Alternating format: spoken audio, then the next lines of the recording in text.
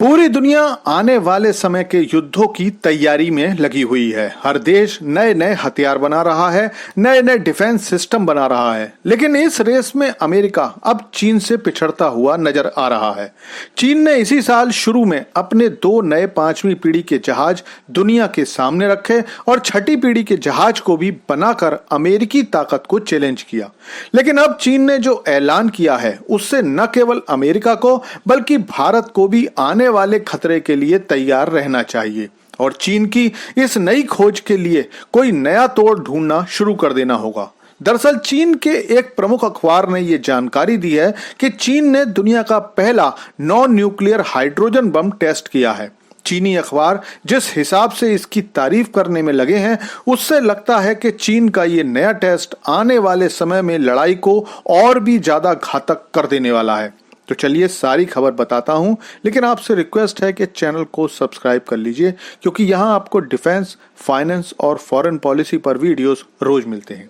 तो दोस्तों, चीन के एक अखबार साउथ चाइना पोस्ट में कल एक खबर छपी जिसके अनुसार चीन ने दुनिया का पहला नॉन न्यूक्लियर हाइड्रोजन बम तैयार कर लिया है। अब हालांकि हाइड्रोजन बम फिलहाल कई देशों के पास हैं और न्यूक्लियर बम भी 7 से ज्यादा देशों के पास हैं, लेकिन चीनी मीडिया ने इसकी जो टेक्नोलॉजी बताई है वो दुनिया में पहली बार इस्तेमाल की गई है और वो आमतौर पर इस्तेमाल होने वाले विस्फोटक TNT से 15 गुने से भी ज्यादा खतरनाक है, ऐसा चीनी विशेषज्ञ कहते हैं। दरअसल चीन के China state shipping corporation 705 research institute ने यह ऐलान किया है कि उसने एक ऐसा डिवाइस तैयार किया है जिसमें मैग्नीशियम हाइड्राइड का इस्तेमाल किया गया है। मैग्नीशियम हाइड्राइड एक सिल्वर कलर का पाउडर होता है जिसमें बहुत अधिक मात्रा में हाइड्रोजन स्टोर की जा सकती है। एक बार जब इस डिवाइस को ट्रिगर किया जाता है तो मैग्नीशियम हाइड्राइड हाइड्रोजन और हीट से एक ऐसा चेन रिएक्शन शुरू होता है जो बार बार होता रहता है और जिसकी वजह से वहां का टेम्परेचर 1000 डिग्री तक पहुंच जाता है, जो कि लगभग 2 सेकंड तक रहता है।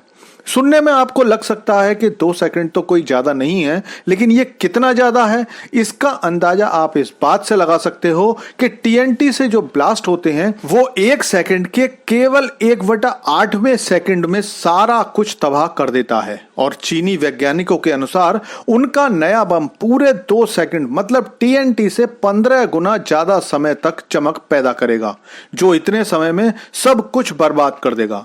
अब बात करते हैं कि ये न्यूक्लियर बॉम्ब से कैसे अलग है। तो देखो, न्यूक्लियर बॉम्ब लाखों डिग्री का टेम्परेचर पैदा करते हैं जिससे पूरा एक शहर पूरी तरह से बर्बाद हो जाता है।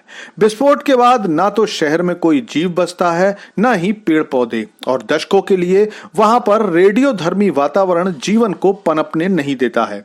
दूसरी बात, परमाणु बम का इस्तेमाल करना अब उतना आसान नहीं है। ऐसे में चीन का कहना है कि उसका ये बम बंकर, मिलिट्री स्ट्रक्चर, बिल्डिंग्स आदि सब को तहस नहस कर सकता है।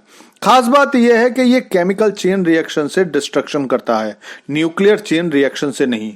तो इसे इस्तेमाल करना भी उतना मुश्किल नहीं है। लेकिन अब आते हैं असली बात पर कि क्या सच में चीन की बात सच है और यह बम पूरी दुनिया में युद्धों को बदल देगा? तो दोस्तों, ऐसा नहीं लगता और इसकी वजह यह है कि चीन का पिछला रिकॉर्ड काफी खराब है। ये तो सभी जानते हैं कि चीन इंफॉर्मेशन वॉरफेयर में सबसे आगे है, यहां तक कि अमेरिका से भी। ऐसे में चीन हर तरीके से खुद को अमेरिका से सुपीरियर दिखाना चाहता है। फिलहाल ये बॉम्ब भी अमेरिका और रूस के मदर ऑफ ऑल बम या फादर ऑफ ऑल बम जैसा ही लगता है, जो कि नॉन न्यूक्लियर बॉम्ब है और नुकसान के मामले में फिलहाल सबसे ऊपर माने जाते हैं। असलियत में साउथ चाइना सी में पिछले 1 हफ्ते में माहौल बहुत ज्यादा गर्मा गया है, क्योंकि पिछले 2 महीने में चीन कई बार ताइवान के पास बहुत बड़े बड़े युद्धाभ्यास कर चुका है।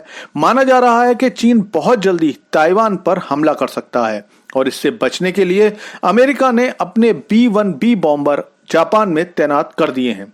ऐसे में अपनी सुपीरियरिटी साबित करने के लिए हो सकता है कि चीनी मीडिया ऐसी खबरें छाप रहा हो जबकि इसमें ज्यादा कुछ सच्चाई ना हो।